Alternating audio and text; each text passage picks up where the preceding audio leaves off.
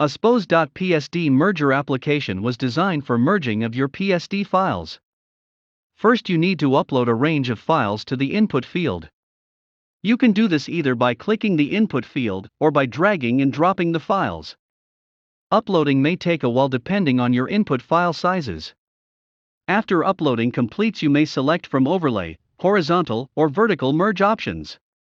The overlay merge option simply puts one file onto another just much as putting layers of PSD files one onto another. Besides from selecting the merge options, you may also select the export format to convert your sources into if desired.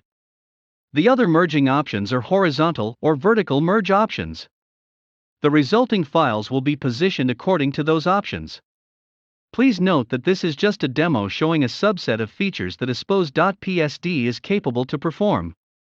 You can download the full product for more features, link is at the video description. We hope that you have found this little tutorial useful. Thanks for watching.